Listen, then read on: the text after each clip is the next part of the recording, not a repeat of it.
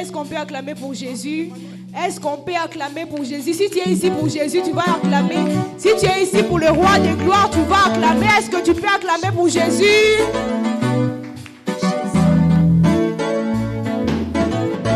J'étais condamné à cause de mes fautes.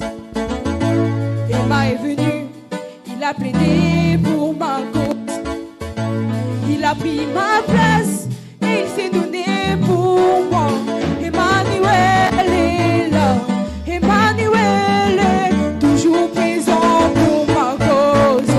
J'étais condamné à cause de mes fautes.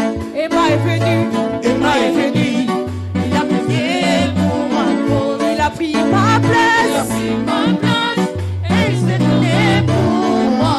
Emmanuel est là, Emmanuel est toujours présent à ma cause. J'étais condamné à cause de mes fautes. Emma est venu, il a prié pour ma cause. Il a pris ma place, et il s'est donné pour moi.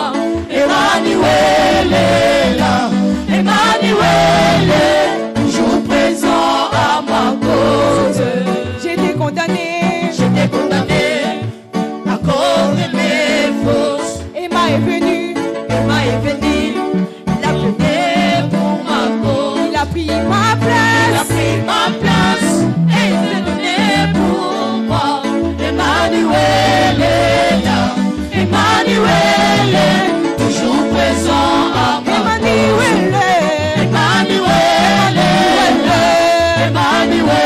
est là, Emmanuel est toujours présent à ma cause. Emmanuel est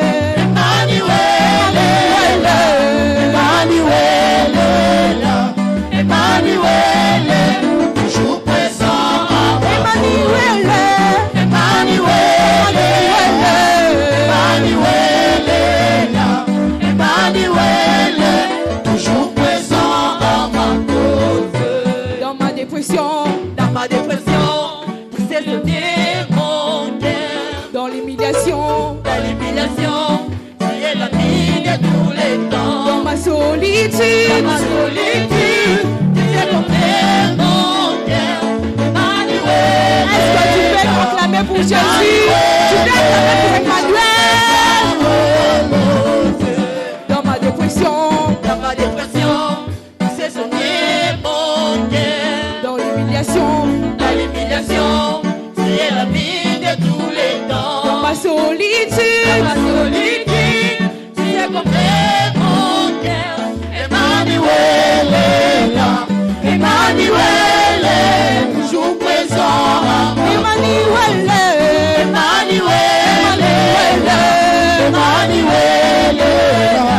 Emmanuel est toujours présent à ma cause.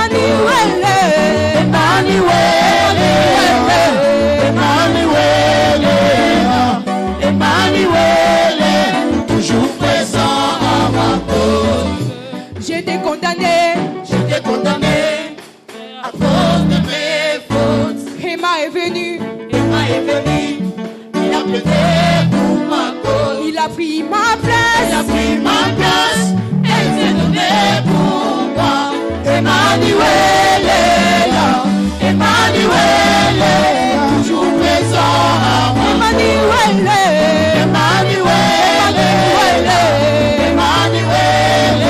là, Emmanuel est toujours présent à ma cause. Même si ma famille m'abandonnait, mes parents me délaissaient, tu seras toujours présent.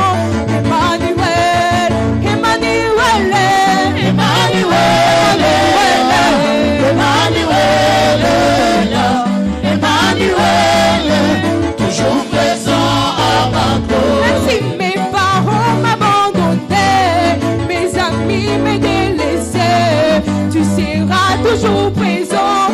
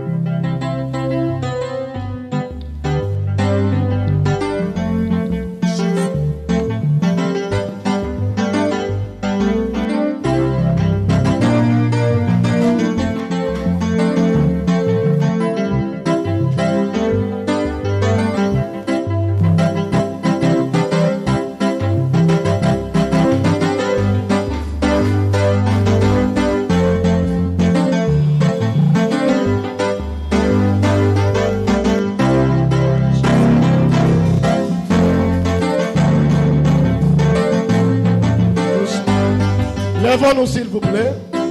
Niko chini ya mwamba, mwamba juu yangu. Yesu nificha, niko chini ya mwamba. Ambia adui zangu, niko chini ya mwamba. Yesu nificha, niko chini ya, niko chini ya, niko chini ya mwamba juu yangu. Yesu nificha, niko chini ya mwamba. Ambia adui zangu, niko chini ya mwamba. Yesu nificha, niko chini ya mwamba. Chini ya mwamba, mwamba juu yangu.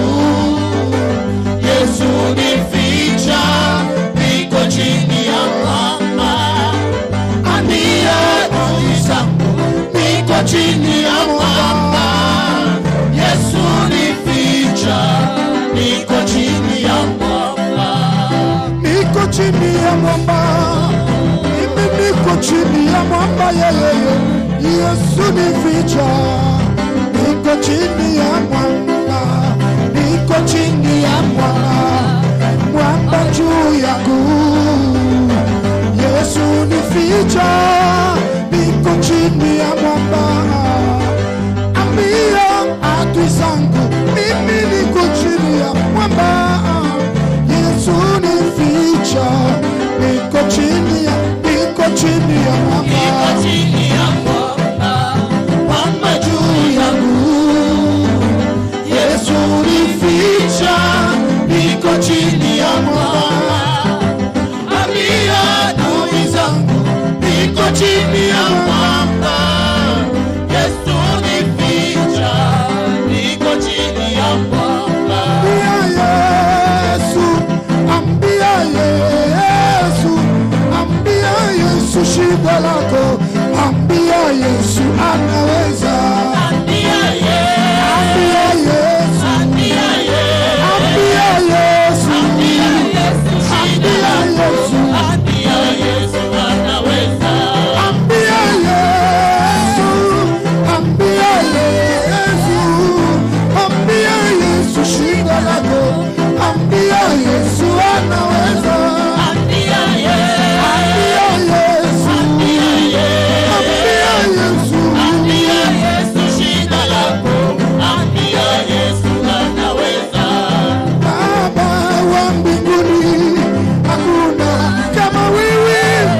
Baba wa mbinguni, hakuna kama wewe Yesu. Baba wa mbinguni, hakuna kama wewe. Baba wa mbinguni, hakuna kama wewe. Baba wa ajabu, Baba wa mbinguni, Baba wa mbinguni, hakuna kama wewe Yesu. Baba wa mbinguni, hakuna kama wewe. Baba wa mbinguni, hakuna kama wewe. Haleluya, Hosana, Hosana, Hosana, Hosana,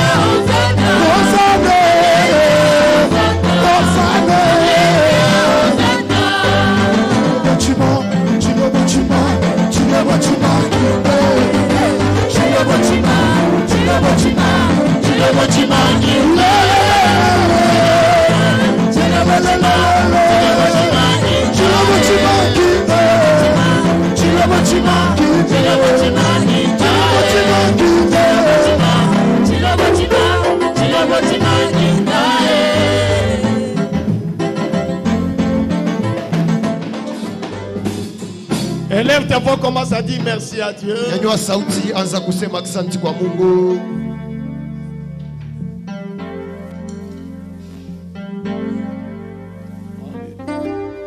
Dis-lui merci. Sema asante.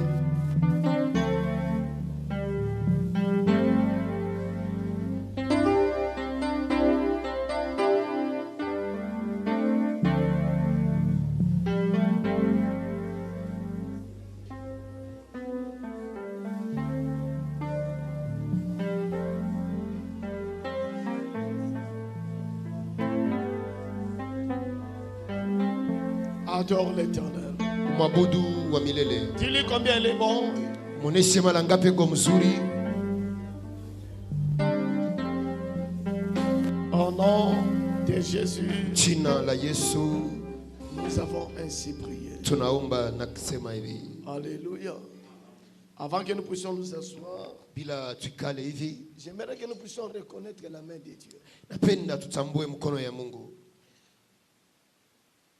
Regardez comment Dieu nous a épargnés Mwangalie namna Mungu alituepusha de la pire humiliation du diable, kwa ile aya ya nguvu sana ya shetani, la pire frustration du diable. uzuni ya nguvu sana ya shetani. Hier soir, pendant que j'étais en train de préparer le message, Jana magharibi wakati natayarisha déjà mahubiri même avant de commencer, bila tanyanze, ce n'est pas pour rien que j'ai demandé cette chanson. aina ya bule tu milomba baimbe hii Il mwimbo. a dit, je bâtirai mon église. Alisema mitajenga kanisa Ça, ce yangu. n'est pas l'église des noms. Hii aina kanisa ya mtu. Alléluia. Nous avons eu à perdre notre frère Tulipotesha ndugu yetu moya depuis le dimanche passé. tangu juma yenye kupita. Nous avons eu des menaces de la famille Tulikuya na bukomvi kupitia jamaa ya boivi. et nous n'étions plus à l'aise. Hatukukuye na kimya hivi. Mais Dieu est venu intervenir. Mungu alikuya kutusaidia. Alors qu'on s'attendait les mois, Pale tunaanza kuchunga kidogo on commence à tu. perdre la foi. Tunaanza kupotesha imani On hivi. commence à perdre le courage. Tunaanza kupotesha bidii hivi. Mais Dieu est venu intervenir. Mungu alikuwa kutusaidia. Sans que nous puissions faire des efforts, Pila tufanye nguvu ingao Dieu a intervenu. Mungu alisaidia. Alléluia. J'aimerais qu'avant que tu pries encore, Ninapenda uombe tena avant que tu dises merci à Dieu pour cela, bila mupige mwakisanti nous kwa allons ile. encore chanter ces chants-là. Taimba tena ile mwimbo ile. Niko chini ya mwamba, Niko chini ya mwamba. mwamba juu yangu. Pendant que tu chantes, mwamba, ça signifie les rochers. Les rochers, ouais. Alléluia. Amen. Ça signifie, donc, mets-toi sous les rochers. Uchiweke chini ya mwamba. Et voyez combien Dieu a protégé cette église. Na one mara ngapi Mungu alikinga hii kanisa. Chantons ce cantique. Tuimbe ile mwimbo ile. Alléluia. Amen. Et soyez Niko conscients. chini ya mwamba, mwamba juu yangu. Yesu nificha, niko chini ya mwamba. Ambio adui zangu, niko chini ya mwamba. Yesu nificha, niko chini ya mwamba. Mwamba juu yangu. Yesu nificha, niko chini ya mwamba. Ambia adui zangu, niko chini ya mwamba. Yesu nificha, niko chini ya mwamba. Niko chini ya mwamba. Niko chini ya mwamba.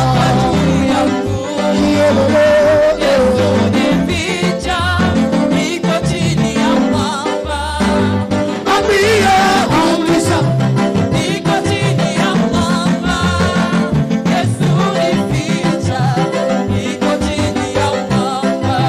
niko chini ya mwamba. Niko chini ya mwamba. Yesu nificha, niko chini ya mwamba. Adui akinicheki, niko chini ya mwamba mimi. Yesu nificha, niko chini ya mwamba. Niko chini ya mwamba. Mwamba juu yangu mimi. Nificha, niko chini ya mwamba. Ambia adui zangu, niko chini ya mwamba mimi. Yesu nificha, niko chini ya mwamba.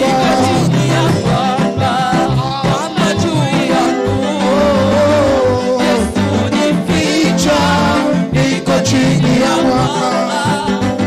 Ambia adui zangu, niko chini ya mwamba.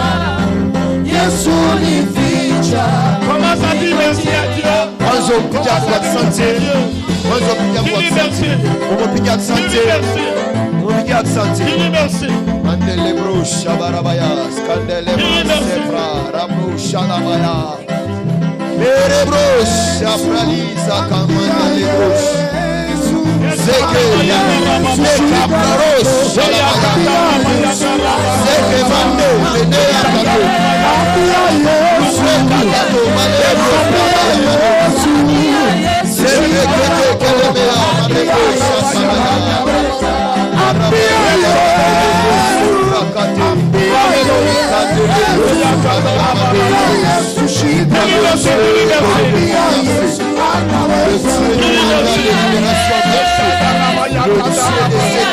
Le Dieu de gloire et de tout le monde, merci. Le Dieu qui n'oublie jamais sa promesse, merci. Le Dieu qui accomplit sa parole, merci. Oh non, Tina. de Jésus nous avons ainsi prié. Ce matin, une autre journée d'alliance. Assez, c'est assez. Assez, c'est assez. Imezidisha. Nahum chapitre 1. Nahum wa kwanza. Le verset 9. Mstari wa kenda. Donnez-moi Nahum chapitre 1. Tupatie Nahum mstari wa kwanza. Nahum chapitre 1 verset 9. Nahum wa kwanza mstari wa kenda. La Bible dit, que méditez-vous contre l'Éternel? Nini mnasumuzia njia wa milele? C'est qui détruit. Ula nalapisha. La détresse. Uzuni. La détresse. Uzuni. Ne paraîtra pas deux fois. Haitarudia mara mbili La tena. détresse. Uzuni. Ne paraîtra pas deux fois. Haitarudia mara mbili tena. Utasema hivi kwa Mungu. Bwana, mets fin à toute forme de stagnation. weka mwisho kwa yote kushamashama. Mets fin à toute souffrance. Kwa mateso yote. Mets fin weka mwisho à tout retard de la vie. kwa yote kuchelewa maisha. Mets fin weka mwisho à toute manipulation de la destinée. kwa yote mubaya maisha yote.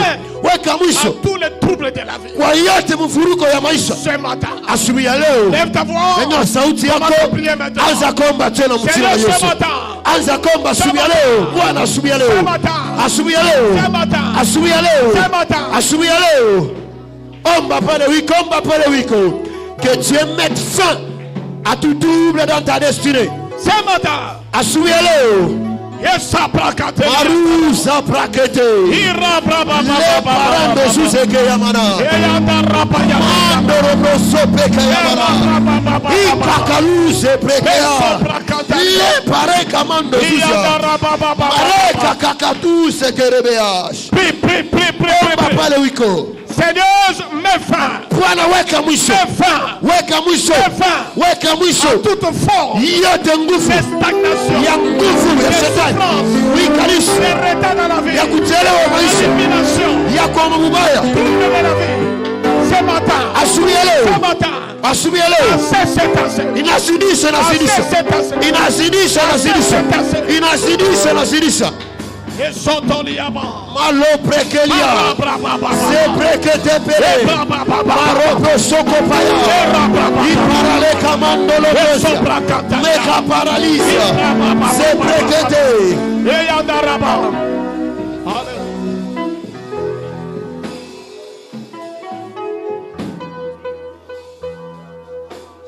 Je déclare ce matin, natangaza asubuhi ya leo, toute forme de manipulation dans ta vie yote nguvu ya kutembesha maisha yako ya bulozi vient de prendre fin dans le nom de inaisha mjina wa Yesu. Il y a des gens, kuna batu à chaque début du mois, kwa mwezi yote kumwanzo il doit être introduit dans une maladie. inabidi ingishwe magonjwa fulani. Ce matin, asubuhi ya leo, cette histoire ile mambo prend fin au nom de Jésus. inaisha mjina la Yesu. Tout ce que Dieu n'a pas semé, yote Mungu asikweke ndani yako, je l'enlève dans le nom de Jésus. aitoshe ujina la Yesu. Tu n'auras plus de souffrance. Hautakuwa na mateso tena, Tu n'auras plus de souffrance. hautakuwa na mateso tena. Assez. Imezidisha, imezidisha. Alors demande à Dieu de te parler. Lomba kwa Mungu akusemeza asubuhi ya leo. Seigneur, parle-moi ce matin. Bwana, nisemeza asubuhi ya leo. Parle-moi. Commence à prier le Seigneur. Lomba kwa Mungu hivi. Seigneur, parle-moi ce matin. Bwana, nisemeza asubuhi ya leo.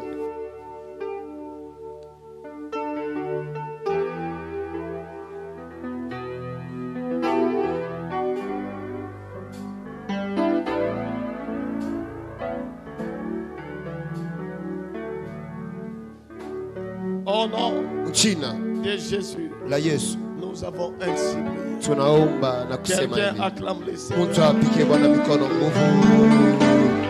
Mettons-nous s'il vous plaît. Yesu ikala hivi. Mais s'il vous plaît, aidez-moi à dire bonjour Nisaidie kulamkia de la part du pasteur à ton voisin et à ta voisine. kwa pitia pastori, mlamkie jirani wako kushoto wala kuume. Nous sommes dans notre journée d'alliance à CCTC. Tuko msiku yetu ya kano imezidisha. Et tout au long de ce mois, Katikati wala mwingi ya mwezi mzima, le thème qui nous est donné, kishina ilitukabulia la sagesse, hekima vaut mieux que les armes de guerre. inapita masila ya La mvita. sagesse Hekima vaut mieux que les armes de guerre. inapita masila ya mvita. Proverbe 21, le verset 22. Mezali 21:22. La sagesse Hekima vaut mieux que les armes de guerre. inapita. Il dit les sages montent dans la ville des héros. Wa hekima anapanda muji ya Et il a nguvu. pas la force qui lui Na donnait. anapika nguvu l'assurance. kaburia kitumaini. Zacharie chapitre 4, Zakaria 4 le verset 6. mstari wa 6. Zacharie 4, 6. Zakaria 4:6 Il dit, anasema ce n'est ni par la puissance, aina kwa uwezo ni par la force, wala kwa nguvu, mais c'est par mon ni esprit, juu ya roho yangu, dit l'Éternel. anasema wa milele. Écoutez-moi ce matin. Unisikie mzuri asubuhi La ya leo. sagesse Hekima vaut mieux que les armes de guerre. inapita masila ya La vita. sagesse a plus de poids. Hekima inakuwa na buzito. Ce n'est pas par la force physique que nous gagnons. Haina kwa nguvu ya kimuntu Mais tunawinaka il dit, c'est bukomvi. par mon esprit. Anasema ni kwa roho yake tu. Par mon esprit. Kwa roho yake tu. La sagesse Hekima te donne la victoire sans faille. inakukaburia ushindaji ya bila La kubishabisha. sagesse Hekima te donne la victoire sans pour autant même des fois combattre. inakupatia ushindaji bila uingie mbukomvi. Pourquoi? Chia nini? Dieu exerce nos mains au combat Mungu anatumikisha mikono yetu mbukomvi. et nos doigts à la bataille. Na tunawina bukomvi ile. Quelqu'un me dit amen. Mungu asema amina. Dieu exerce nos mains au combat. Mungu aleka mikono C'est yetu Dieu qui mbukomvi. combat pour nous. Ni Mungu anakombana nchi yetu. Pour gagner dans la bataille, Tuwine mbukomvi. tu n'as pas simplement nécessairement besoin des armes, Hauna lazima paka na masila. mais tu as besoin de la sagesse. Una lazima na hekima. Dis à ton voisin la sagesse. Ambia jirani hekima. Psaume 18, verset 32 à 34. Zaburi 18 mstari wa 32 mpaka 38. Dieu exerce nos mains au combat. Mungu aneka anatumikisha mikono yetu mbukomvi. Car qui est Dieu si ce n'est l'Éternel? Et qui est rocher si ce n'est notre Dieu? Nani kama na Mungu tu, mwingine kama nani tena hivi? Lorsque Dieu prend place dans ta vie, Kama Mungu anabeba fasi maisha lorsque la yako, sagesse prend place, kama hekima inabeba fasi, tu n'as plus besoin de lutter. hauna lazima na kuombanisha. Pourquoi? Juu ya nini? Cette sagesse, Ni ile hekima c'est à toi la victoire. inakupatia ushindaji. Sur toi la victoire. Inakupatia Mais ushindaji. attention, Keba, armer quelqu'un ignorant. Armer quelqu'un. ule mtu anakuwa na masila sina na akili hivi. Alléluia. Amen. Donner les armes Kukaburia masila à un ignorant, kwa mtu la sijue maana yayo, c'est un entraînement de risque. inakuya ni kumfundisha muhatari. Alléluia. Amen. Alléluia. Amen. Quand vous prenez un soldat, Munabeba askari, vous lui donnez les armes, munamupatia masila alors qu'il ne s'est pas entraîné. vila sijue namna kuitumikisha. Sachez que le risque de la mort est probable. Unajua kusema kifo inakuwa tayari kwake hivi. Donc la personne va mourir d'abord, lui-même va se mourir. Ule mtu atakufa atakaburia kifo yoyoya. Tu ya nini? Il n'est pas entraîné. Asijifundishe kwa hili. Daniel 11, verset 32 nous dit. Danieli mstari wa 11 mstari Daniel 32. 11, 32 nous dit. Danieli 11 anasema C'est du peuple pale taifa qui connaîtront leur Dieu. batajua Mungu wabo, Ils agiront avec fermeté. batatenda na hakikisho yote. Donc tant qu'il n'y a pas la connaissance, Kama una na ufamu, et cette connaissance c'est la sagesse. na ile ufamu ni hekima. Quand il n'y a pas cette sagesse, Kama kuna ile hekima, donc tes luttes bukomvi bwako vont encore s'empirer. itengezeka tena hivi. Ça ne sera pas ton partage. Haisitakuwa gawanya yako mchina la Yesu. J'ai dit ça ne sera pas ton partage. Ninasema haisitakuwa gawanya yako. Mais qu'est-ce que la sagesse? Ni nini hekima? Qu'est-ce que j'entends de la Ni sagesse? nini tunashika kusema hekima? Qu'est-ce que la sagesse? Nini hekima? La sagesse, Hekima ça consiste à mettre en pratique la parole de Dieu. inaangalia kuweka mtendo neno ya Mungu. Matthieu 7, verset 24. Mathayo 7:24. Hekima C'est mettre en pratique la parole. kuweka mtendo neno ya Mungu. Il dit c'est pourquoi quiconque entend ces paroles que j'ai dit, anasema kwa wote anashikia il hii les met maneno en pratique. na anaiweka mtendo, Il est semblable à un homme prudent anafanana kwa mtu mwenye qui a akili, bâti sa maison sur les anajenga rocs. nyumba yake pa msingi ya mzuri. Donc la sagesse, Hekima c'est pratiquer la parole. ni kutumikisha neno ya Mungu, C'est pratiquer la parole. ni kutumikisha neno ya Mungu. Combien pratique? Ngapi wanatumikisha neno? Jacques chapitre 1 verset 22. Jacques 1 22. Yakobo wa kwanza mstari wa 22. La Bible nous montre clairement. Biblia inatuonesha waziwazi. Il dit, Anasema, ne vous bornez pas à écouter ça, msijiweke tu mkusikia, mais mettez en pratique. muweke mtendo hivi. Combien mettent en pratique la parole Ngapi de Dieu? wanaweka mtendo neno ya Mungu? Combien mettent la parole de Dieu en pratique? Ngapi wanaweka neno ya Mungu mtendo? Combien exercent la parole? Ngapi wanatumikisha neno? Alléluia. Quelqu'un me dit amen. Utasema amina. Deuxièmement, Ya pili, la sagesse. hekima C'est l'arme toujours gagnante. ni ile askari paka ya kuwina, L'arme toujours ni gagnante ile silaha paka ya dans kuwina la bataille de la vie. mbukomvi yote ya maisha. C'est l'arme toujours gagnante Ni ile silaha ya kuwina paka qui va voir la victoire. hiyo, utafuta upate ushindi. Utilise la sagesse. Tumikisha hekima, La sagesse. hekima, La sagesse. hekima, La sagesse. hekima Ça vous donne toujours la victoire. inamikabulia paka ushindaji, Toujours la victoire. paka ushindaji. Et à partir de ce La matin, kwanza asubuhi ya leo tu ne seras plus vaincu au nom de Jésus. hautawiniwa tena mchina wa Le Yesu. diable ne va plus te vaincre. Shetani sitakuwina tena hivi, Le diable ne va plus te mordre. shetani sitakutawala tena hivi. Alléluia. Troisièmement, Ya tatu, la sagesse, hekima c'est mettre en pratique ni kuweka mtendo les instructions masheria des Écritures ya miandiko concernant les victoires sur les batailles de notre vie. kwa ushindaji ya maisha yetu. Alléluia. Amen. La sagesse, Hekima c'est mettre en pratique les instructions. kuweka mtendo Il y a makanuni, des instructions. anakuwa na masheria. Deutéronome 28, verset 1er. Kumbukumbu la Torati 28 Il dit, mstari wa kwanza, si tu obéis à la kama voix de l'Éternel. unatii kwa sauti ya wa milele. Deutéronome 28, verset 1er. Kumbukumbu la Torati Si tu 28, obéis à la voix de l'Éternel, kama unatii kwa sauti ya wa en milele, observant et en mettant en kwa pratique kuangalia na kuweka mtendo, les problèmes avec nous, mambo na sie nous n'obéissons pas à la parole. atuti yake kuneno. Combien obéissent à la parole? Ngapi beko natii kuneno? Combien obéissent? Ngapi beko natii kuneno? Comment voulez-vous? Namna kama mnapenda Quelqu'un qui vient à l'église, mtu anakuya mkanisa il écoute la parole. anashia neno, Mais lorsqu'il a une situation, kama anapata mambo il doit consulter les mbikudi. inabidi enda katafute mamfumu hivi. Comment? Hapana, Alléluia. Comment ça? namna kanile Vous êtes à l'église, uko mkanisa vous écoutez la parole. unashia neno ya Mungu, Mais lorsqu'il survient les problèmes, pale mambo inafika il est prêt à aller chez les mbikudi. eko tayari ya kwenda kubaganga hivi. Alléluia. Amen. Ésaïe 34, le verset 16. Isaya 34 mstari wa 16. Ésaïe 34, verset 16. Isaya, Il dit consultez la parole. mwangalie miandiko, Consultez la parole. mwangalie miandiko. Quoi? Tu as nini? Il dit aucun d'eux ne fera Hata d'effort. moya yayo haistalanda. Donc lorsque tu pratiques la parole, Kama unatumikisha neno, lorsque tu suis les instructions, kama unafuata masheria ya Mungu, aucune parole de Dieu ne peut faire d'effort. hata neno ya Mungu moja inaweza kulanda. Alléluia. Il dit ceci. Anasema hivi, Il dit Dieu n'est pas un homme pour mentir, Mungu ashina mtu juu alande, ni un fils d'homme pour se répandre. wala mtoto wa mtu juu Ce atubu. qu'il dit, il a compris. Ila anasema ataitimiza. Donc si tu consultes, tu suis les instructions. Kama unafuata makanuni ya Mungu, La Bible contient les instructions de Dieu. Biblia ni kitabu ya masheria ya Mungu. Et si vous obéissez à cela, Kama munatii kwa ile, vous êtes chanceux de la vie. unakuwa na bahati mu maisha, Vous avez la grâce de la vie. una neema tena ya maisha. À partir de ce matin, Kwanza asubuhi ya leo, reçois la grâce. pokea neema, Reçois la grâce. pokea neema, Reçois la grâce. pokea neema. Alléluia. Amen. Que Dieu vous donne cette grâce. Mungu amipatie ile neema. Que Dieu vous donne cette Mungu grâce. amipatie ile neema. Alléluia. Amen. Quelqu'un me dit Amen. Utasema amina. Quelqu'un me dit Amen. Mtu aseme amina. Alléluia. Amen. Laissez-moi vous dire Niache niambie. 3 choses principales Vitu vitatu vya maana qui assurent.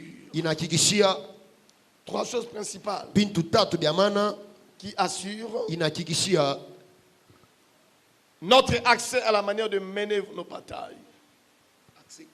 Notre accès de manière à la manière de mener nos batailles. ruhusa ya kuingia namna kukombana mbukomvi yetu. Alléluia. Amen. Quelqu'un me dit Amen. Mtu asema amina. 3 choses. Vitu tatu. La première, Cha kwanza, la prière. maombi. La prière. Maombi. Jacques chapitre 1 verset 5 à 8. Yakobo wa kwanza 7 na 8. Tu veux accéder à voir la manière de pouvoir gagner les batailles. Unapenda upate namna kuingia mbukomvi chubuini. Ayez la vie de prière. Kwa na maisha ya maombi. Prenez la vie de prière. Kwa na maisha ya maombi. Deuxièmement, Ya pili, la méditation de la parole. kusumuzia neno ya Mungu. La méditation de la parole. Kusumuzia neno ya Mungu. La méditation de la parole. Kusumuzia neno ya Mungu. Troisièmement, Ya tatu, l'étude de la parole. kufunda neno.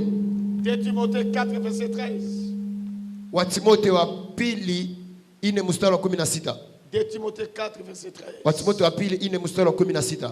Psaume 119 verset 97 à 100. Zaburi 119 mstari wa Méditez la 100. parole. Msumuzia neno ya Mungu. Étudiez la parole. Funda neno ya Mungu. C'est ce qui nous donne l'accès. Ile tukaburia ruhusa Comment gagner nos batailles. ya namna kuwina mabukomvi yetu. Tout celui qui veut gagner les batailles, Wote anapenda wine bukomvi. allez sur la montagne de la prière. Uende kumulima ya maombi. Allez sur l'étude de la parole. Uende kwa mafundisho ya Biblia. Allez sur la méditation de la Uende mkusumuzia neno ya Mungu. parole. Plus tu médites. Mingi unasumulia neno ya Mungu. Josué 1 verset 8. Josué 1 verset 8. Yoshua wa kwanza mstari wa 8. Il dit que ce livre de la loi Hiki kitabu cha sheria ne s'éloigne point de votre bouche. kisitoke mbali na kinywa yako. Alléluia. Amen. Médite-le tous les jours. Sumuzia ile kila siku. Afin que tu réussisses Tuweze et que tu aies du succès. na upate utawala. Suivez les principes des Écritures. Mufate makanuni ya Biblia. Suivez ce que dit la parole. Mufate kile Biblia nasema. Dans cela que tu auras la victoire. Ni pale utapata ushindaji. J'ai prié pour quelqu'un ce matin. Naomba tia mtu asubuhi ya leo. Que vous accédez à votre victoire dans le nom de Jésus. Uingie kushindaji yako mjini la Yesu. Tout au long de ce mois, Mwezi mzima hii nous allons gagner nos victoires. tutawina mabukomvi yetu yote. Aucune bataille ne va nous prévaloir. Hata bukomvi mwa sitatuwina hivi. Alléluia. Amen. Mais ce qui donne la force à la sagesse, Ili natukaburia nguvu kuhekima, c'est ce que j'appelle la foi. imani. Ce qui donne la force à Ili naleta nguvu kuhekima, la foi. imani. Tu veux la victoire. Unapenda ushindaji. Tu as besoin de la victoire. Unalazima kuwa na Et ushindaji. tu as besoin de la sagesse. Unalazima na hekima. C'est la foi qui te donne la Ni imani itakukaburia ile nguvu ile. Hébreux 11 verset 11. Waibrania 11:11. Hébreux 11 verset 11. Waibrania 11 mstari wa 11. Alléluia. Amen. Mais laissez-moi un peu vous dire. Niache nimeonyeshe hivi. Écoutez, Sikie. nous sommes appelés Tunaitwa à combattre.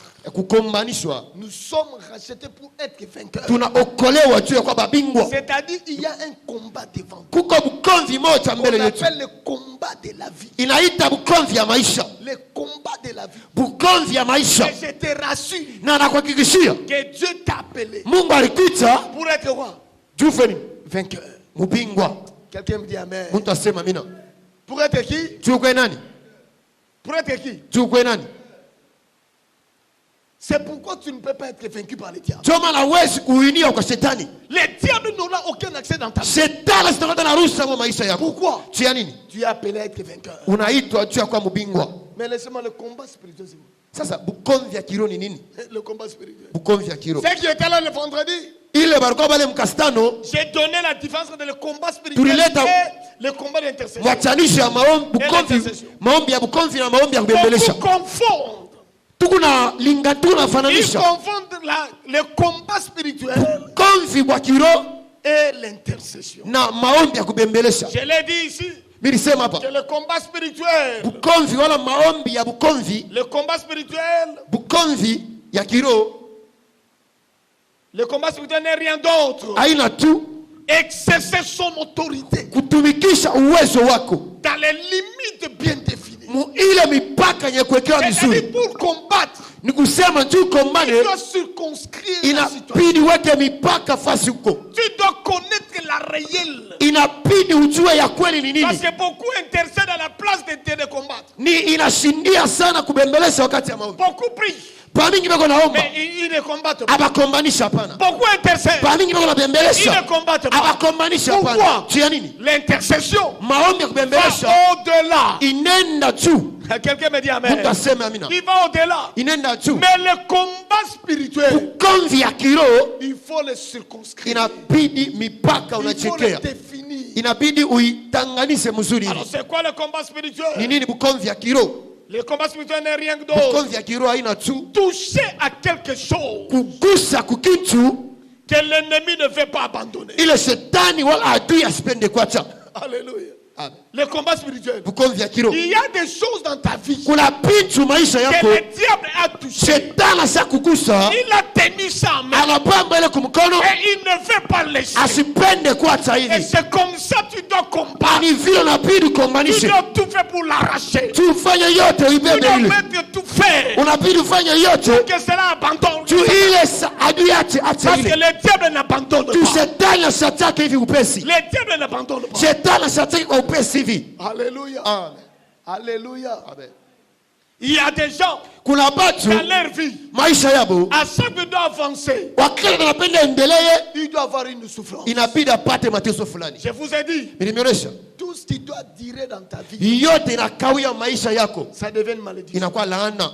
Toute souffrance Yote mateso qui dure dans votre vie, inateswa, inakawa maisha au-delà yako de temps, kwa kupitia muda ile ilipangiwa, malédiction. inakuwa laana hivi. et le diable a tenu ça. Shetani alibeba ile, Le diable a tenu ça. asa kubamba ile. Vous allez voir certaines personnes, Ndio maana watu wengine utaona pour avancer dans la vie, njia kwenda kumbele il maisha faut toujours la corruption. inabidi mpaka kate milomo, Et le diable ne veut pas laisser. na shetani asipende Alors, kuacha tu ile, dois combattre. inabidi kumarisha ile.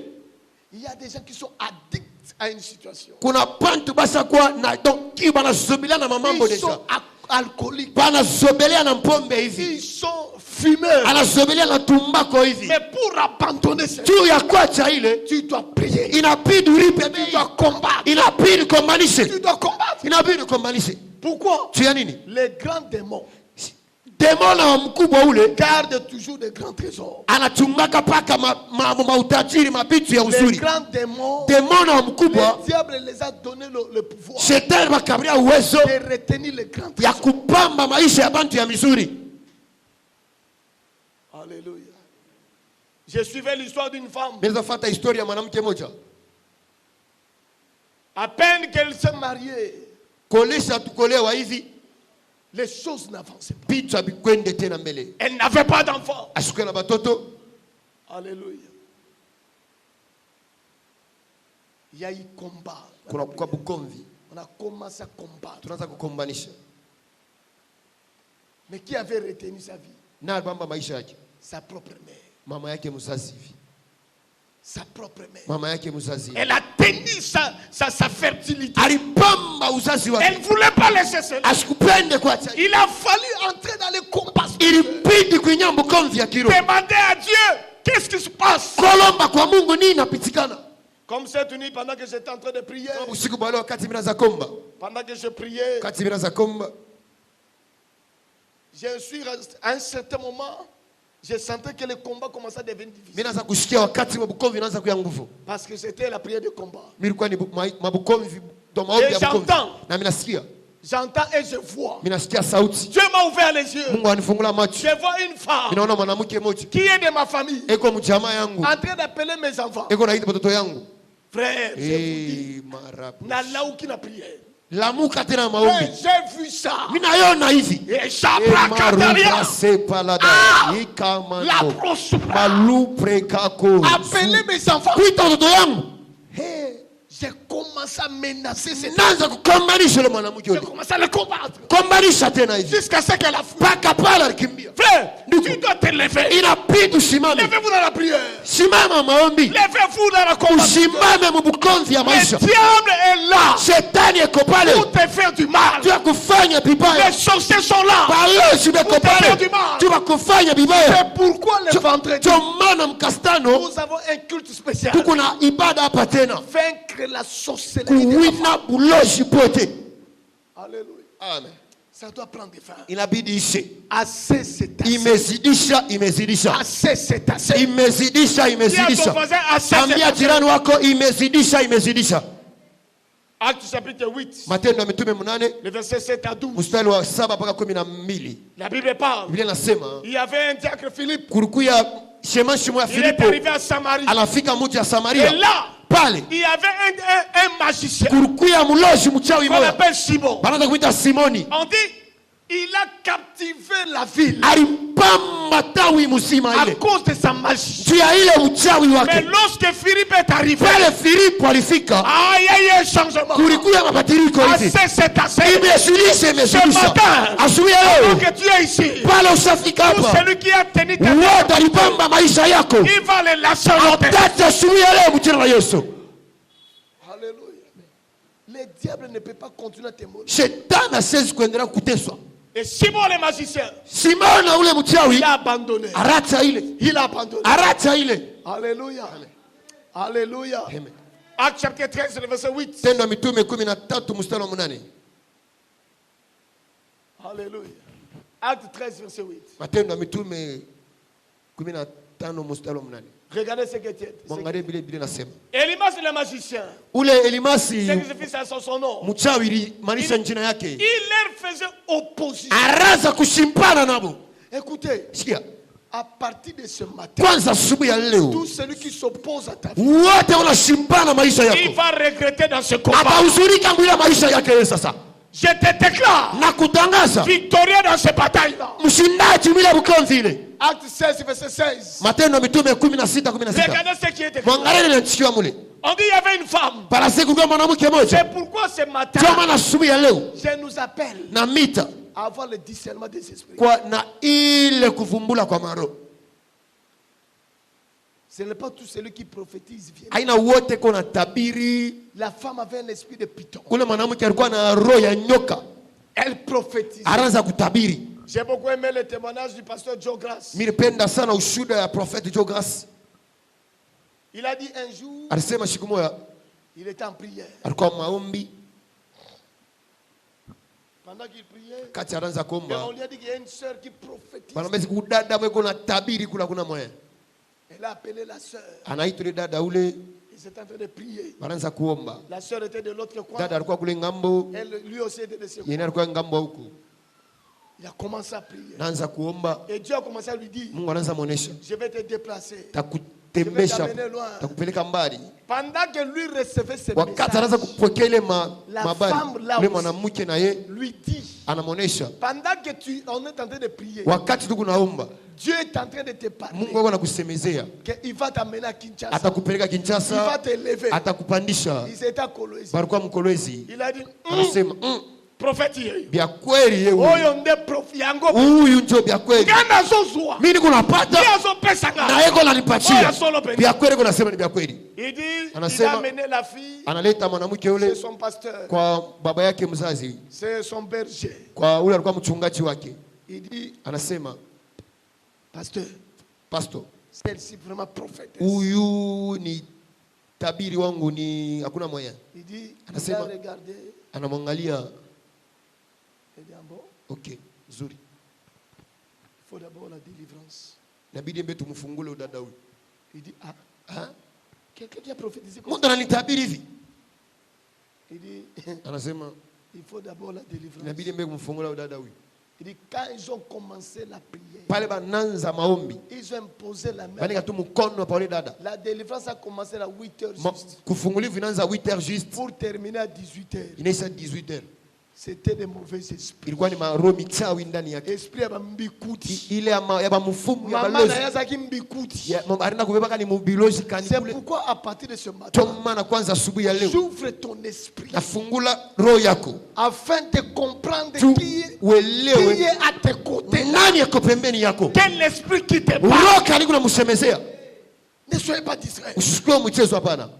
C'est ça le combat. Beaucoup de gens viennent dans les églises. Ils prient même. Mais ils ne savent pas.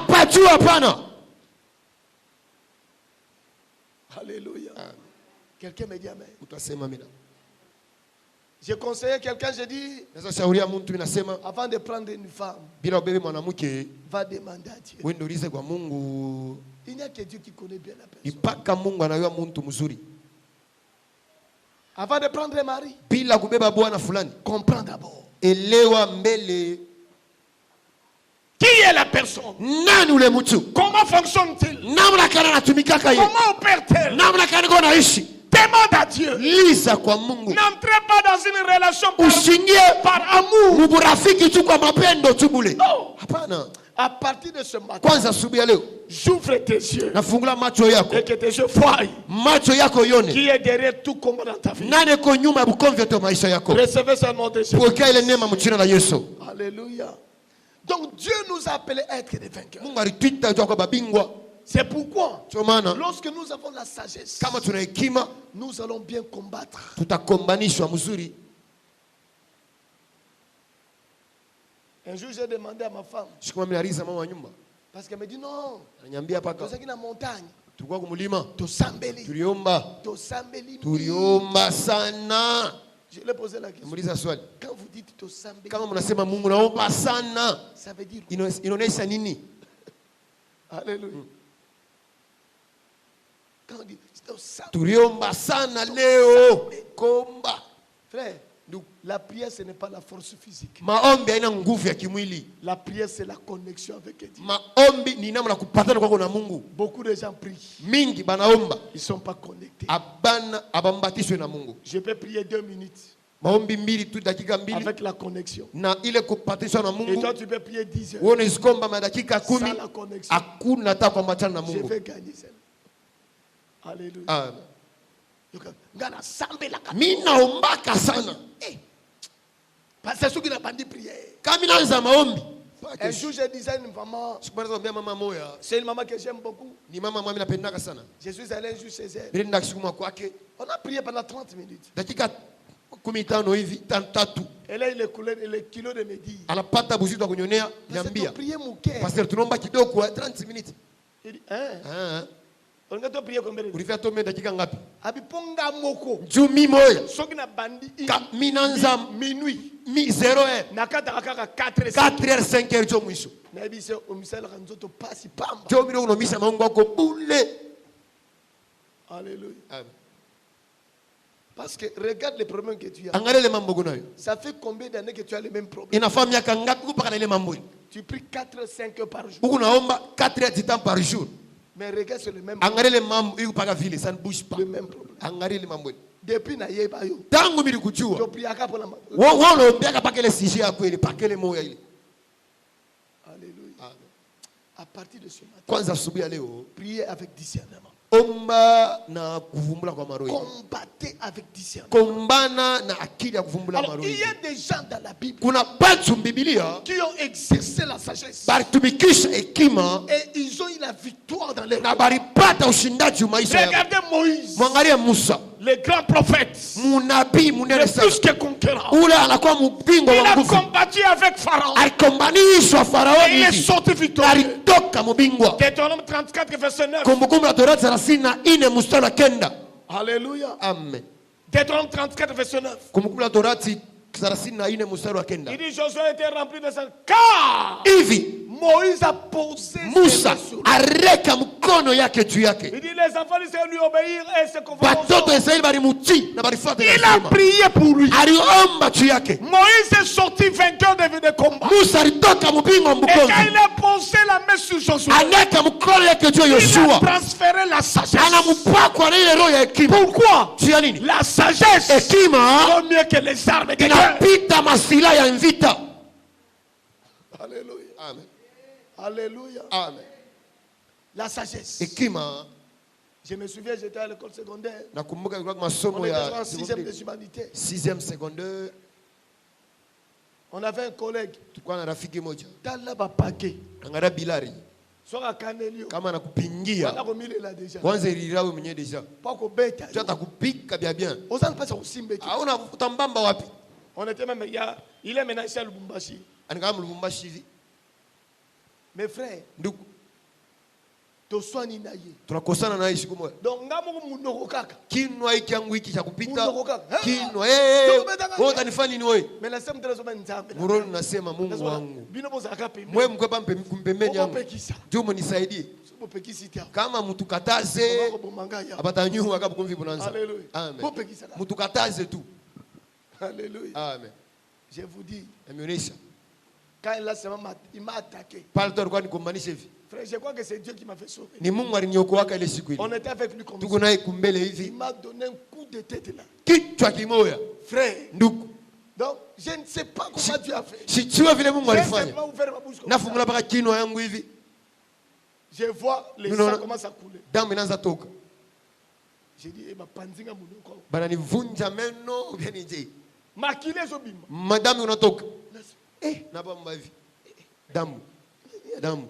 Mais makile zobima. Damu unatoka. Quand j'ai regardé sur pale mnangara pakichwa pansula il avait une grande aso pasuka nsula yote. Et il commence à dire, anaanza sema, ananitosha kilonda. Il y avait beaucoup de ce qui Mungu natoka kunsula. Bantu sasa pa kilanga wina.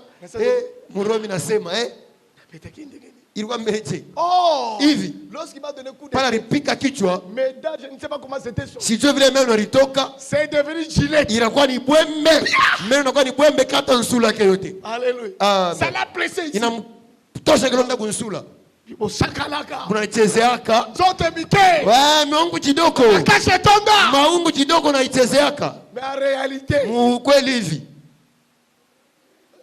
Alléluia. Amen. Écoutez, sikia. Les diables aussi comme ça. Shetani na ni vile. Il a trop de paquets. Anakuwa na bilari binene. Eko na sabu. Kuna Yesu Kristo wa Nazareti. Anakombanisha. Anapika makiri yote mbele yako. Asubuhi leo. Utawile na bukanzi mchini wa Yesu. La deuxième. Ya pili. C'est Gédéon. Ni Gédéoni. Gédéoni. Lui qui était général. Yarikuya mkubwa. Dieu lui a dit. Mungu anamoneshi. Va. Dans la rivière. Ceux qui vont la paix de l'eau. C'est là. Vont combattre avec toi. Et Gédéon. À lui seul. Il a gagné les batailles. Alléluia. Amen. Juge chapitre 6. Waamuzi 6 mstari wa 7. Juge 6 verset 6 mstari wa 7. Non, Juge chapitre 6. Et chapitre 7. Waamuzi 6 na 7 hivi tena. Luc 11 verset 49. Luka 11 mstari wa 19. Et ce matin, na asubuhi ya leo, Dieu te donne les stratégies de Mungu anakukabulia makiri ya mkomvi. Tu vas gagner ces batailles. Utawina ile mkomvi ile. C'est pourquoi la sagesse de Dieu a dit. Ndio maana hekima ya Mungu ilisema. Des apôtres, des prophètes, des apôtres. Kwa banabii Ils tueront les uns et persécuteront les autres. Bataua bengine na batakimbisha bengine. Aujourd'hui, la sagesse va te prévaloir. La sagesse va prévaloir. La sagesse va prévaloir. Alléluia. Amen. Gédéon, il était le plus petit de la plus petite famille. La famille la plus pauvre. Mais pourtant, il a sauvé Israël. Reçois cette grâce au nom de Jésus. Troisièmement, c'est David. David lui seul. Il a terrassé Goliath. Goliath est tombé. Goliath est tombé. 1 Samuel 17 verset 42 à 50. 1 Samuel 17 42 à 50. Goliath est tombé. Il est arrivé. Il pose la question. Quel est le problème? On dit, c'est monsieur là. Il défie le diable. Il dit, c'est lui qui va sortir. Il va le gagner. Et nous serons de ses esclaves. David a dit, Saulo, laisse-moi le combattre. C'est un circoncis. Je donnerai sa tête aujourd'hui. Alléluia. Amen. Aujourd'hui. Écoutez, nous avons besoin de courager. Le combat spirituel demande le courage. Le courage. Il y a des gens qui n'ont pas le courage de combattre les diables. Il a peur de combattre les diables.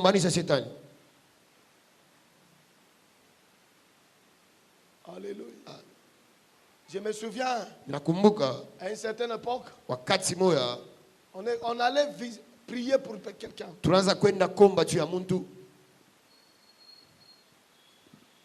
Son mari était demi-fou.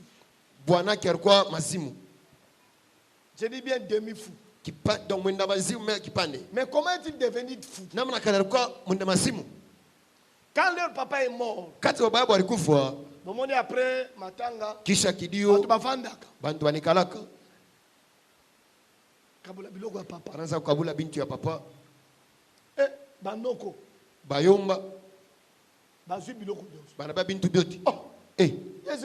Ça, c'est anasema hapana. Tout le monde avait peur de ces gens. Muntu bantu walikuwa na boka na bale bantu bale. Il dit non. Anasema hapana. Notre papa n'a pas travaillé pour vous. Baba yetu ashikutumikia njuu yenu mwe. Il a travaillé pour ses enfants. Atumika njuu ya watoto yake. Comment vous allez prendre tous les biens? Namna kale mtabia bitu byote. Et nous allons rester où? Si tutabakia wapi? Nous allons rester où? Tutabakia wapi? Donc vous avez toutes les maisons. Unaona manyumba yote. Tout vous allez prendre. Mtabia yote. Il dit niet. Never. Frère azwa pau. Anabeba mpao. Pau. Posolo. Alléluia. Amen. Anibeba hivi. Papa no komoko. Bobola muyomba mwako. Awa nyoso. Munsula na mukata nsula yote. Alléluia. Amen. Noko alibeko koma liboma. Anasota kwa mazimu. Abise. Anamwambia. Atala kumi liboma. Hata mimi kwa mazimu. Nakobika. Mitapona.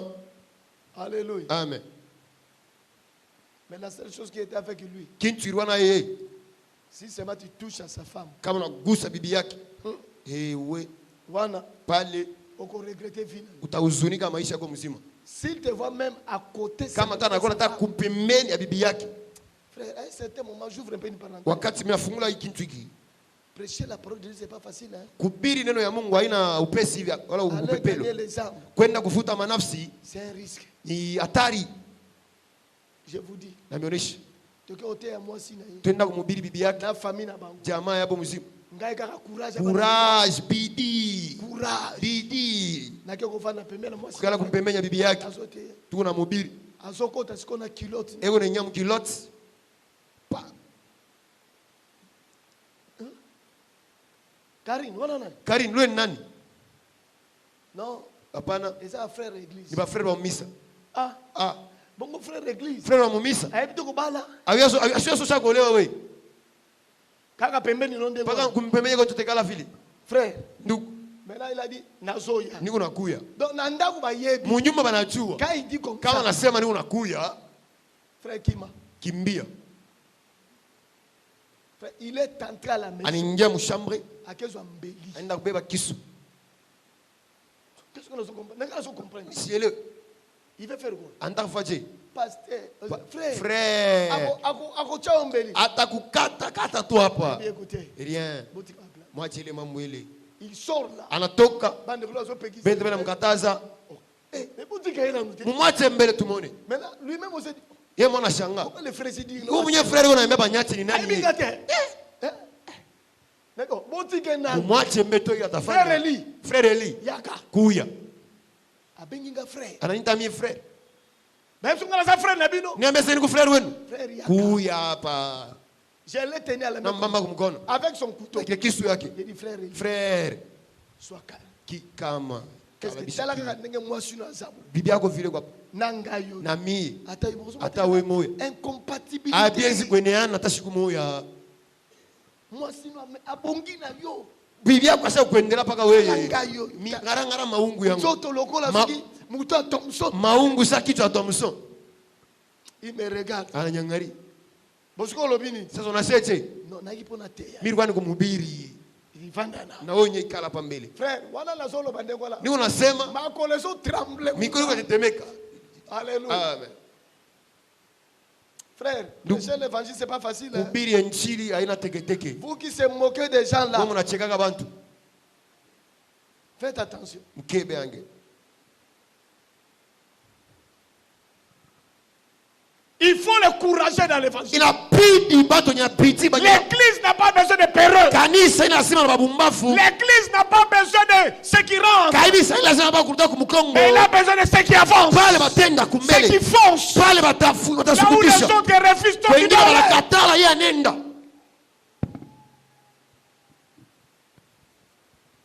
Mais combien aussi? Si on leur dit, allez évangéliser. Mais azo bang. Courage. L'église a besoin de courage. L'évangile L'évangile a besoin de courage. Et David était encouragé. Il a affronté Goliath. Un homme de combat spirituel. Il n'a pas peur des circonstances. Il n'a pas peur. Entraînez-vous spirituellement. Et allez sur le terrain d'évangile. Allez sur le terrain du combat. Et le diable va lâcher prise au nom de Jésus. Alléluia. Amen. Demande pas ton voisin. Quel jour tu vas ressusciter les morts? Demande-lui. Demande-lui. Quel jour tu vas ressusciter les morts? Demande-lui. Pesanga CV na yo. CV spirituel yako. Parce que tu priaka mingi. Strombaka sana. Siye bantu sa tuiwaka. On a besoin de preuves.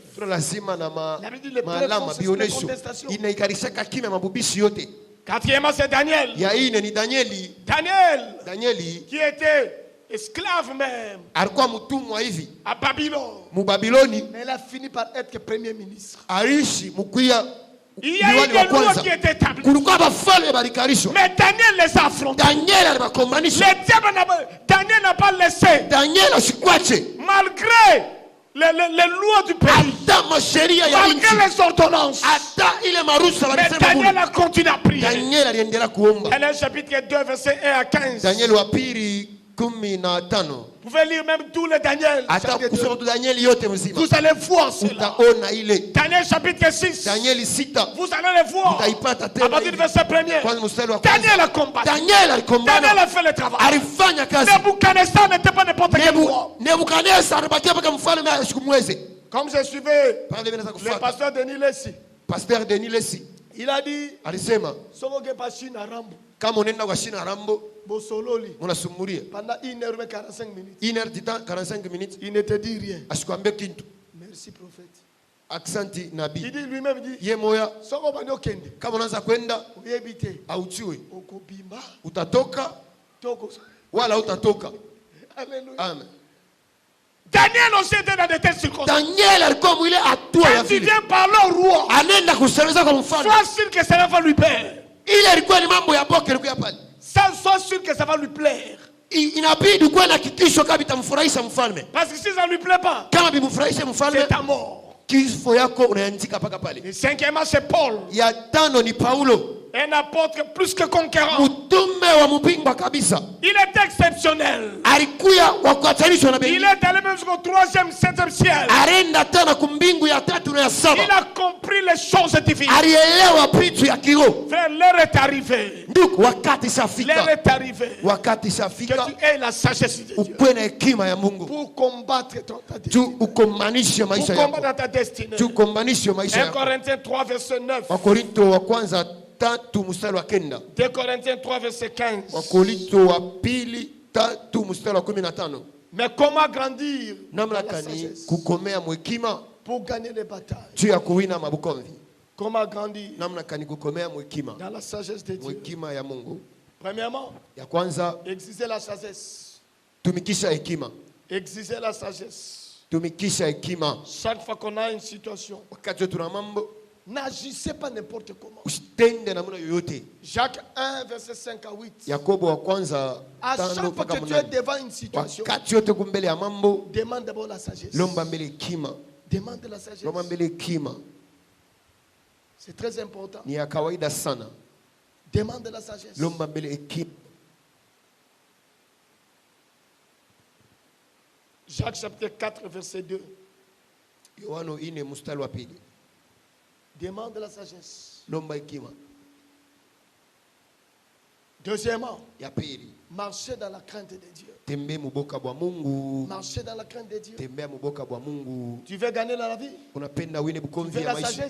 Hekima unaipenda? Crains Dieu. Ongopa Mungu. Abandonne le mal. Acha bibaya. N'entrez pas dans le mal. Ushingie mu bibaya. La Bible dit clairement. Biblia inasema waziwazi. Qu'on vous condamne. Bamihukumu. Mais qu'on ne vous trouve pas dans ces choses. Basikukute mubile bintu hivi. Alléluia. Amen. Combien de fois tu vas dans les boîtes? Combien de fois on t'a trouvé dans les mensonges? Combien de fois on t'a trouvé dans les corruptions? L'évêque dit toujours, allez montrez-moi qui est cette autorité dans ce pays, qui a vu notre église aller corrompre. Non. Marchez dans la crainte de Dieu. L'œuvre à laquelle Dieu t'a appelé, ce n'est pas ton œuvre. C'est son œuvre. Alors laisse-les. Marche avec Dieu. Craignez l'Éternel. Arrête avec la vie d'impudicité. Psaume 25, verset 14.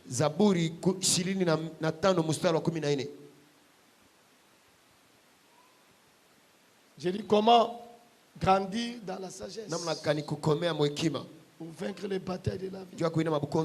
Donc j'avais dit deuxièmement, marcher dans la crainte de Dieu. 1 Corinthiens 2, verset 9 à 10. Tu as besoin de marcher dans la crainte. Frère, ne prenez pas les risques dans la vie. Ne prenez pas les risques. C'est un risque, il ne faut pas les prendre. Si tu n'es pas sûr de ton état. 3 Jean verset 2. Il dit, je souhaite que tu prospères à tous égards. Allez. Comme prospère. Comme prospère l'état de quoi? Comment est ton âme? Comment tu marches devant Dieu?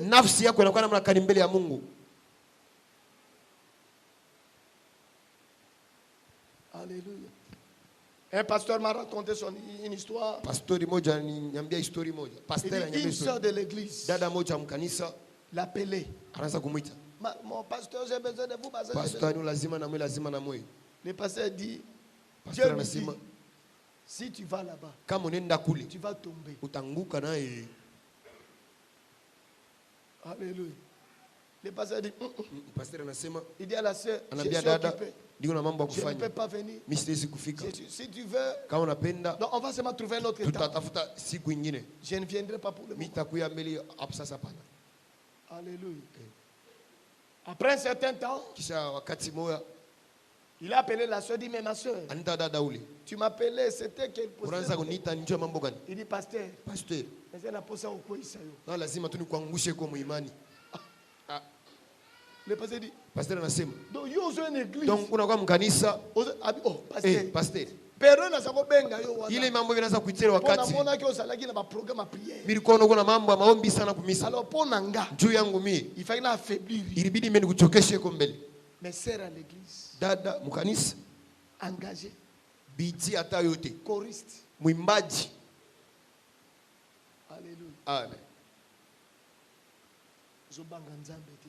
Amongope Mungu hapana. Ausikia haya bidii una kamungusho ni pastor ule mtumishi wa Mungu ule. Amen. Amen. Troisièmement, ya tatu, demeurer amoureux de Dieu. Muendelee kwa bapendwa ba Mungu. 1 Samuel 13 verset 14. Wa Samueli wa kwanza 15. Demeurer amoureux de Dieu. Endelea kumpendwa. Penda Mungu. Si tu veux avoir la sagesse de Dieu, si tu veux grandir dans la sagesse, demeurer amoureux de Dieu. Kwa mpendwa wa Mungu, endelea. Penda Mungu na roho yako yote. Anasema utapenda Mungu wako na roho yako yote, kwa nafsi yako yote na nguvu yako yote. Utapenda Mungu wako. Combien aime Dieu? Ngapi wanapenda Mungu? Combien? Ngapi? Ils sont toujours dans les slogans. Dans les slogans. Quatrièmement, priez pour être revêtu de l'esprit de sagesse. Priez pour que l'esprit de sagesse soit sur vous. Ésaïe 11 verset 1 à 3. Isaya 11 mstari wa kwanza mpaka 3. Efeso wa kwanza 17-18. Priez le Seigneur. Omba Bwana. Demandez l'esprit de sagesse. Lomba roho ya hekima. Dis Seigneur, j'ai besoin de toi. Bwana lazima na hekima yako. Et finalement, mwisho, Soyez engagés dans l'étude et la méditation de la parole. Soyez engagés à l'étude de la parole. 2 Timothée 2, verset 15. Soyez engagés. Engagez-vous.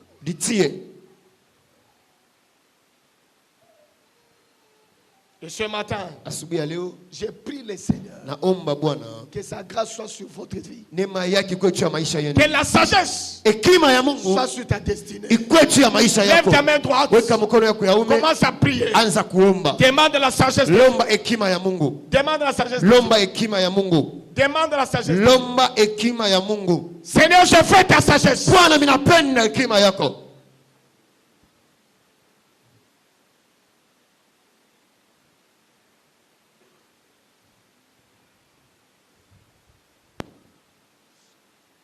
Demande la sagesse. Lomba hekima ya Mungu.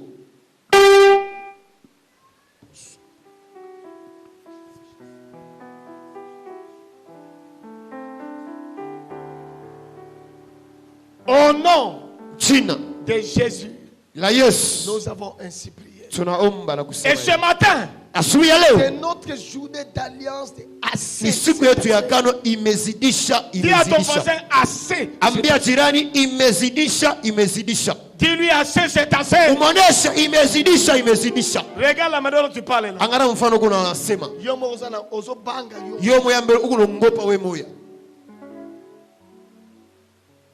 Dis à ton voisin. S'il ne veut pas comprendre, tu les bouges. Dis-lui assez, c'est assez. Maintenant les autres ils parlent, toi tu regardes. Dis à ton voisin, à gauche et à droite. Assez, c'est assez. La souffrance là doit prendre fin. La stagnation doit prendre fin. Écoutez, Dieu lui-même, il a dit assez. Dieu lui-même. 2 Samuel chapitre 24. Le verset 16. Lorsque l'ange de la mort est entré, il a commencé à frapper. Dieu lui-même a crié assez. L'Éternel envoie la paix à Israël. Depuis le matin jusqu'au temps fixé, il mourit 70 000 personnes. Verset 16. Il dit comme l'ange étendait la main sur Jérusalem pour la détruire, l'Éternel s'est repenti de ses mains. Et il dit à l'ange qui faisait perdre le peuple, assez, retire ta main. Et ce matin, Dieu dit pour te dire, ce diable-là va retirer sa main sur ta vie. Il va retirer la main sur ta vie. Alléluia. Alléluia. Amen. Et chacun de nous doit avoir le courage de le dire aussi. Jean chapitre 15, le verset 20. Si Dieu lui-même a dit, pourquoi toi tu ne peux pas le dire? Tu dois dire aujourd'hui, c'est assez. Il dit, souvenez-vous de la parole que je vous ai dite. Le serviteur n'est pas plus grand que son maître. Si Dieu, qui est notre maître, il a dit, et bon,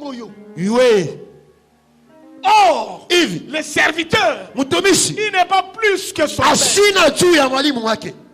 Non. Tu dois le dire. Mais la dis à toi-même. Assez, c'est assez. Dis à toi-même. Milobela.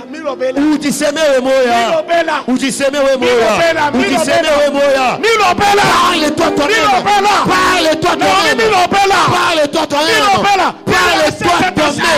Assez, c'est assez. Si pour toi-même tu ne sais pas parler, tu crois qu'il va dire ça pour toi?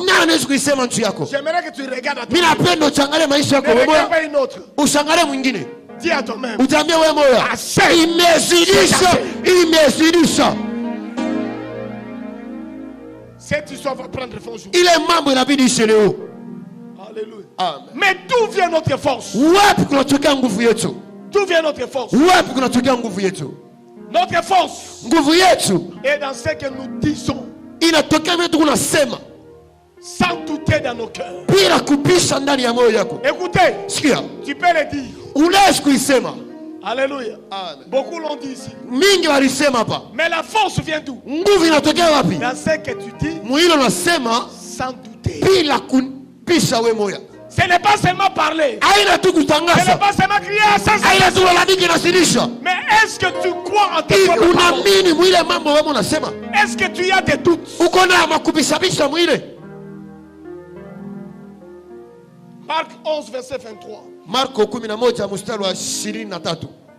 Marc 11 verset 23. Marko 11 mstari wa 23. Jacques 1 verset 6. Yakobo wa kwanza 6. 6 à 8. 6 mpaka 8. Marc 11 23. Mettez-moi Marko 11 mstari wako. Alléluia. Il dit, anasema, je vous le dis en vérité. Na nionyeshe kwa kweli. Si quelqu'un dit à cette montagne, kama mtu anaondoka ile mlima, ôte-toi de là. Toka pale. Jette-toi dans la mer. Jitupe mumaji. S'il fait quoi? Kama anafanya nini? Lisez la partie qui. Musome ile nafuata. Lisez.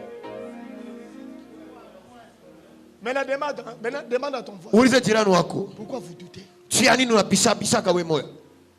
La maladie là. Magonjwa ile sera ôtée aujourd'hui. Itenda leo. La malédiction là. Ile malana sera ôtée aujourd'hui. Itenda leo. La mort là. Kifo ile sera ôtée aujourd'hui. Itatosha leo. Mais à condition kwa mapasho tu de ne pas usipishe we moya. Ne doutez pas. Usibishe.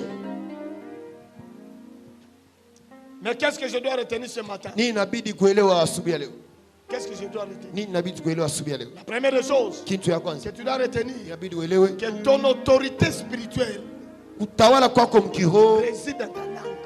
Inakuwa ni palulimi yako oyo soloba ile kunasema nde yango kosale so ile tafanshika maloba nini osoloba masema kwa unasemaka bokonzi na yo evandi pale kunasema tu panakuwa utukufu na uwezo yote na bibebo na yo juu ya masemo yako likolo munoko na yo juu ya kinwa yako na lulimi yako. Luc 21 verset 15. Luka 21 mstari wa 15. Alléluia. Il dit je vous donnerai une bouche devant laquelle personne ne va. Même vos adversaires ne font. Ton autorité uwezo wako est dans ta langue. Iko palulimi yako. Il y a des gens, kuna batu quand il entend, kama nasikia il y a la crise. Kuna kwa kukosewa. Crise c'est makasi. Hii kukosewa kuni kwa nguvu. Ya bakisi. Yanengeza hapo yuru na hii. Crise c'est makasi. Inakuwa ya nguvu. Na église na hii kanisa hii basera kobala basate badala bakukolewa bana amo bya kweli hii suka basero badala ni mwisho oyo bimpwaka hii ni bya kuchelewa soko baliawa kama unaoa umu metango lobinde ngwa pale unasema vile ser nini yoko mona we dada kanione sikona friend nini yoko mona frère kanione sikupenda wewe oyo so lobi pilo kunasema sera malamu asate ule dada mzuri ashina mo sera malamu asate mkubwa mzuri ashina mo. Haleluya. Pasteur ngala ke bala libanda. Pasteur batminta oa inje. Moni ba sera koto. Badala bamuimisa.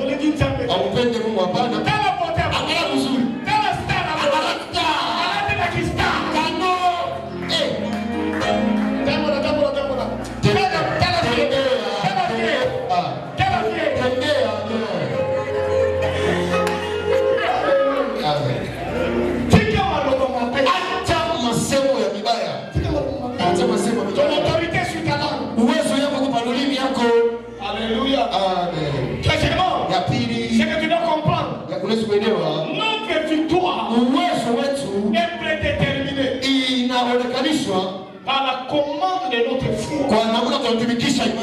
Partout nous commandons par la foi. La victoire est déjà établie. 1 Jean 5 verset 4. Et ce matin, exerce ta foi. Quelque chose va arriver dans ta vie. Soyez assurés. Pourquoi? Notre victoire est déjà établie. Premièrement, Satan. Satan Romains chapitre 16 verset 20. Donc mets ça dans ta vie. Que Satan, il est sous tes pieds.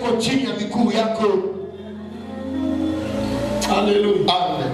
J'ai toujours aimé cette histoire. On était sur des cimetières.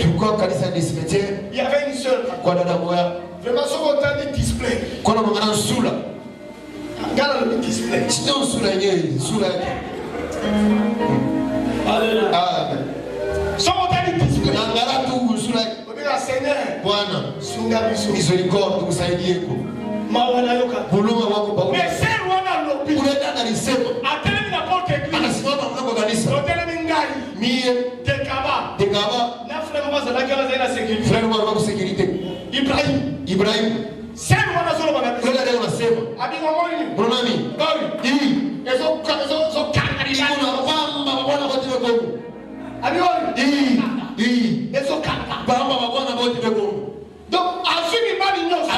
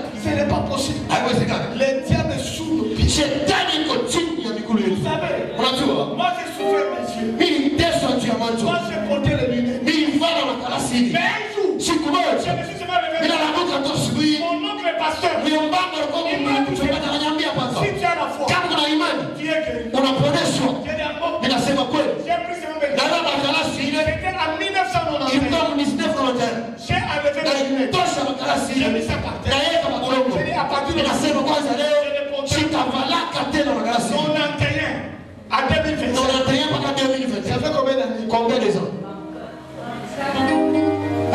34. Imaginez ça. Ce n'est pas que de prier. Si vous faites j'ai seulement prié. J'ai mis ça par terre. Quand mon père m'a dit, si je ne porte pas les lunettes, je ne vois pas. Il m'a dit, ne pas porter. Je ne vois pas. Papa, je suis marqué. C'est fini. Aucune maladie. Attends, ma grande amour. Pas encore préparation. Qui laisse vous parler. Dis à ton voisin. Assez. Il est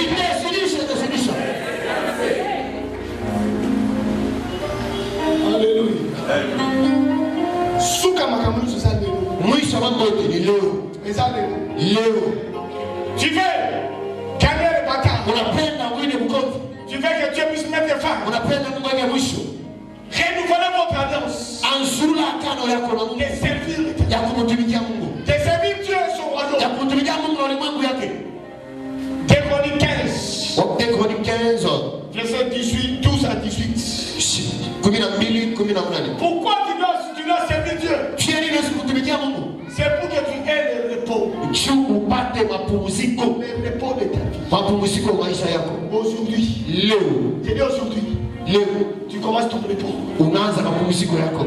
Tu commences ton repos. Unaanza mapumziko yako. Tu n'imiteras plus. Hautakombanisha tena. Et à condition kwa mapasho renouvelle ton âme. Au usulula agano yako na usiseme usifanye agano.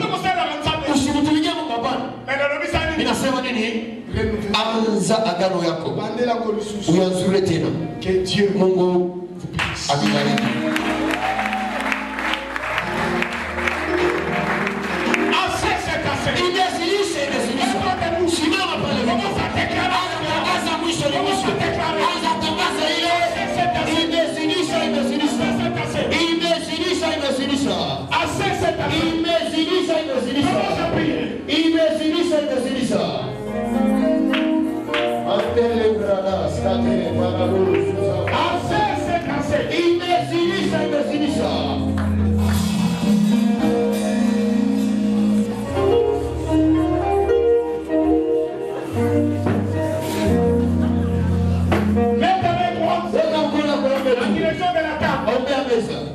Dis Seigneur ce matin, sema Bwana asubuhi ya leo je vais manger. Nitakula.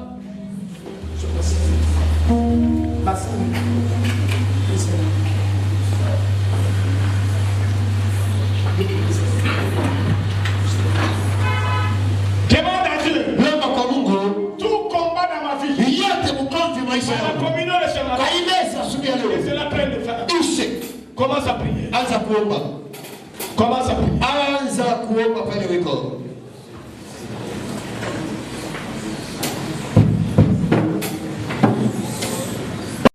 Jina la Yesu. Je déclare ce matin nos vies. Mateso yote maisha yetu. Jina la Yesu. Amen. Amen. Marche avec foi. Maintenant aussi, tu respires.